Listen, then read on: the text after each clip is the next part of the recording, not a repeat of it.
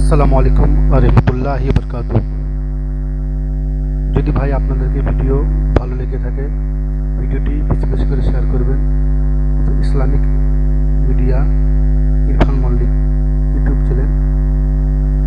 তো এটা হচ্ছে ভগবানপুর, পূর্ব মেদিনীপুর। ঈদ পরে বেরিয়ে আসা সিন। দু সাইডে যে খুঁটি দেখতে পাচ্ছেন, ঈদে লাইটিং করা হয়। 25টা রোজা থেকে ঈদে লাইটিং হয়। আমাদের এখানে ঈদে মাইক বাজে না, যারা ঈদে মাইক বাজে তারা হচ্ছে মদুয়া, তারা রোজা রাখে না। তো যাই হোক, তো ঈদ পরে বেরিয়ে আসা সিন